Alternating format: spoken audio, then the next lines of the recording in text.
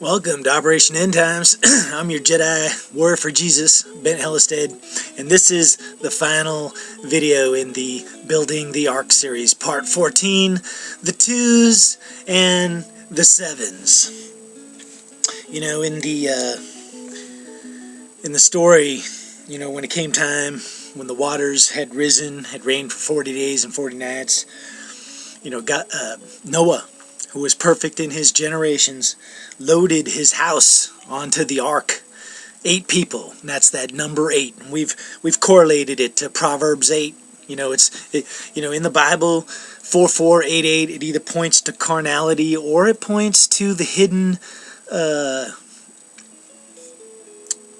war of men versus women, or just trying to hide the role of women.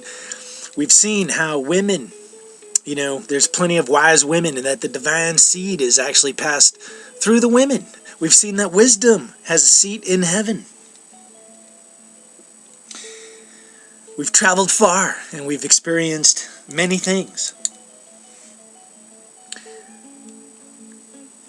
You know, the ark, you know, it's basically, it's a foundation, it's a house, it's a tower, you know, it's being in the light, inside, sealed, you know, having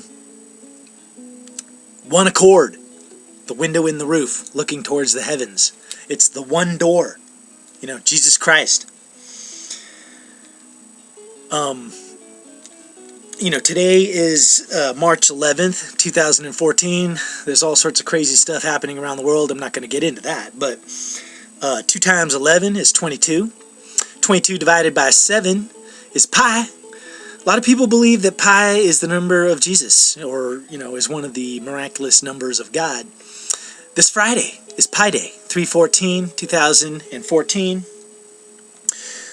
when Noah loaded the ark and the animals came aboard. I'm telling you, they weren't animals, they were people. They came on board by 2's, both male and female, and by 7's, male and female. The 2x2's were the unclean, and the 7's were the clean. Now, what I'm going to tell you is, if you actually believe it is animals that got on the ark, and God was not only destroying, you know, mankind, all the wicked mankind, and there was only the 8, you know, and that the rest of them were animals, that God had to literally load animals on an ark to save the animals, you wouldn't be separating them or loading them on based on 7's and 2's, clean and unclean, because clean and unclean has absolutely nothing to do with the animal kingdom world. There's no such thing as a clean or an unclean beast. They're all just animals. So speaking from a biological mind perspective, a 3D carnal mindset, if you were actually building an ark to save all the animals on earth, you might load more of one versus another, but it'd have nothing to do with clean or unclean. You might say, hey, birds, we need 5 of them because that's how they mate and reproduce. And, you know, turtles, we only need 2 of those. But it would be based on biological reproductive needs. You would make decisions on, you know, what you need to bring on board. It'd have nothing to do with clean versus unclean. That whole clean, unclean is a spiritual thing, and it's something that was laid on the Jews, the nation of Israel, that they should only eat clean and not unclean. And then you get into this whole thing of kosher, but the idea is like, oh, I don't want to put anything unclean in my mouth because that makes me unclean. I only want to eat clean stuff. And Jesus clearly said, it is not what you put in your mouth that defiles you, it's what comes out of your mouth that defiles you. So I'm just saying, it doesn't make any sense. And God makes sense. You know, wisdom is clarity, man. Simplicity. And 2x7's, clean and unclean, loading animals, very confusing, man. Makes absolutely no sense. But if you're talking about people and spirituality, it makes all the sense in the world. You know, the 7's and the 2. 7 and 2 is 9. 9 is the whole circle. So these were people that either were whole or had the potential to be whole, even if they were walking in a slight shadow. Because clean and unclean, clean means people walking in the light, unclean means people not walking in the light. But they got to get on the ark as well. And we know this because right as Noah came off the ark and everybody spilled on down the mountain, evil was right there. It didn't take long for the 2's to grab control of the planet again. But the 7's and the 2's, the unclean, 2x2's, male and female, 2 and 2 is 22. And, you know, the 22's are all over the place right now. You know, Genesis 45, verse 22, Benjamin was given 300 pieces of silver. The ark was 300 cubits in length. That's the fullness of time. 300 pieces of silver represents the fullness of the inheritance on the 3D carnal plane. And he was given 5 changes of raiment, whereas his brothers were only given 1. And it went against all human logic, because usually the firstborn gets everything. So Benjamin was the lastborn, and he got like a way bigger portion of an inheritance than his brothers did. And you know what? The carnal 3D mindset that has infested this world for thousands of years, of the male ego having dominion over beasts and women, lording, you know, the same mentality was the firstborn mentality, that he gets 2/3 the inheritance, he is immediately elevated in stature and nature. And I'll tell you what, the order you come out of the womb, you know, we're all created equal out of the womb, you know, I mean, spiritually. So the firstborn thing is a shadow that has existed on the planet forever. And that's part of opening our eyes and seeing what is actual reality. Exodus 3:22. Women are told to borrow from their neighbors and to collect jewels, silver and gold, and they're going to put them on their sons and daughters, and to borrow from the neighbors and from her that dwells. But Exodus 3:22. Genesis 2:22, that's when the Lord brought the woman to Adam. The word brought is B-O-W, bowed. So she was in submission to the man who was lording over her. But anyway, the 7's and the 2's, you know, the 77, the 7's is 2 times 7 is 14, you know, 314 is Friday.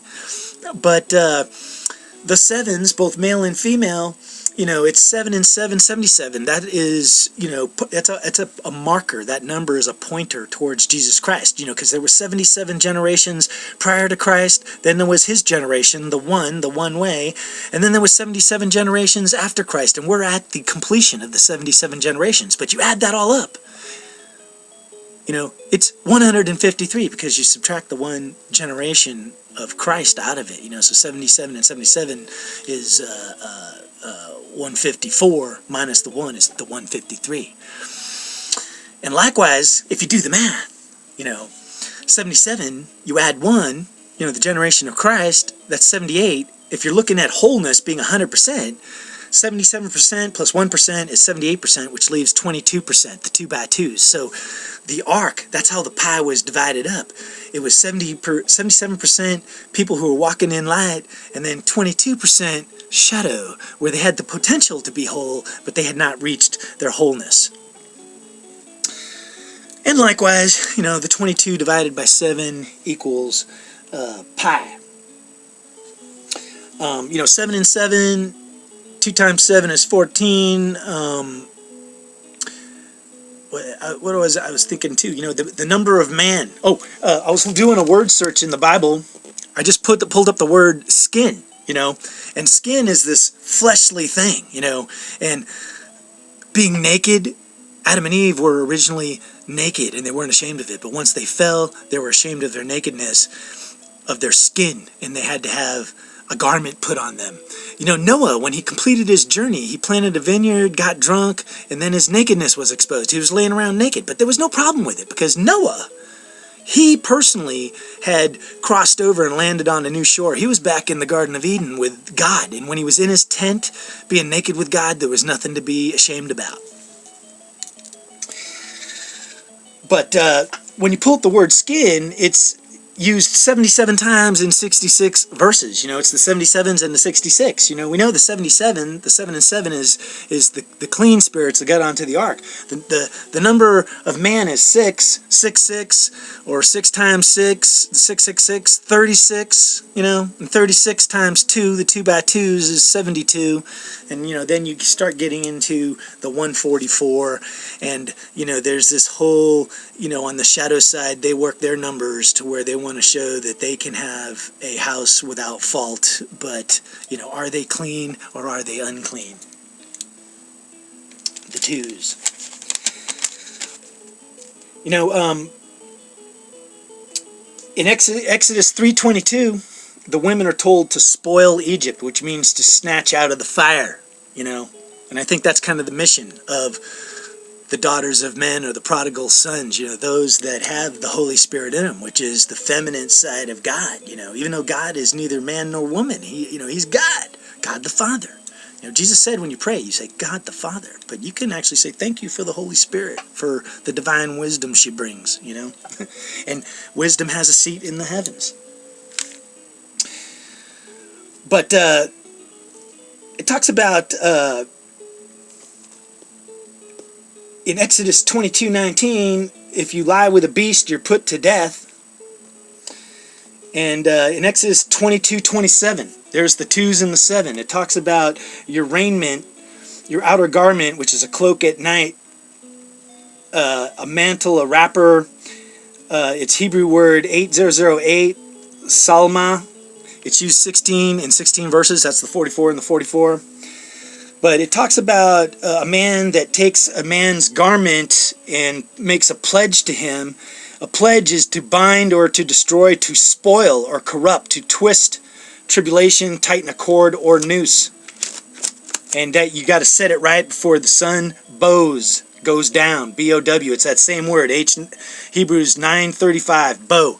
But that's when God brought the animals to Adam, bowed the animals, that they bowed down to Adam. Adam was a ruler of light that God created in an otherwise dark world. Now the sad part is he fell to the shadow, and eventually perhaps both his eyes were closed. I don't know where he was at the end when he died, where he was with his walk, but God bless Adam, But he became more of a shadow king, lording over Eve.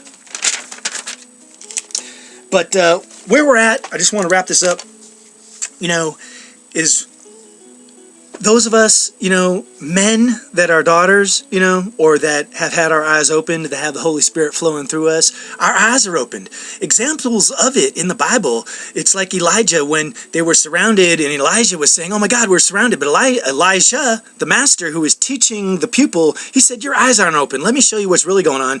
And he opened his eyes, and behold, the camp of the Lord was around the people that were surrounding them. And all of a sudden he was like, oh, we got nothing to worry about. And that happened several times. I think it happened with Joshua as he was going in to conquer the tribes and nations that were across the River Jordan. And it happened with Jesus in the Garden of Gethsemane when Peter drew his sword and he said, I will protect you. But Jesus said, I don't need your protection, because Jesus' eyes were opened. And he knew that he said, with but a word, I could bring down the heavenly host and they would take care of this situation. But the point being is, if you are a man and you are walking the glory path, you have found the female spirit of wisdom, and you've humbled yourself, and just like Jesus came as a servant, you walk in humility and servitude, and you're not a man of the sword and of blood anymore, because God himself, you're now walking under the wing and the shadow and the protection of God. We've also found out that, part of what is unfolding in front of us in the 2's and the 7's is that it's the healing nature. It goes back to that Garden of Eden where Adam lorded himself and made his pronunciation of walking away from the Father and the Mother, God the Father and the Holy Spirit. And then Eve fell to the serpent, and God then made this pronouncement that Eve would crush the head of the serpent, that there would be enmity between the seeds, which started this battle on earth, but that she would crush the head, but he would bite her healing abilities.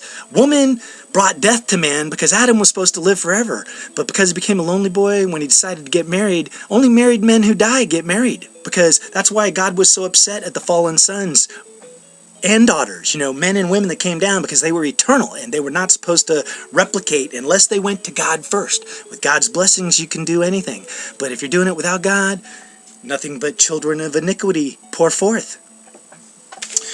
So that's part of that mystery.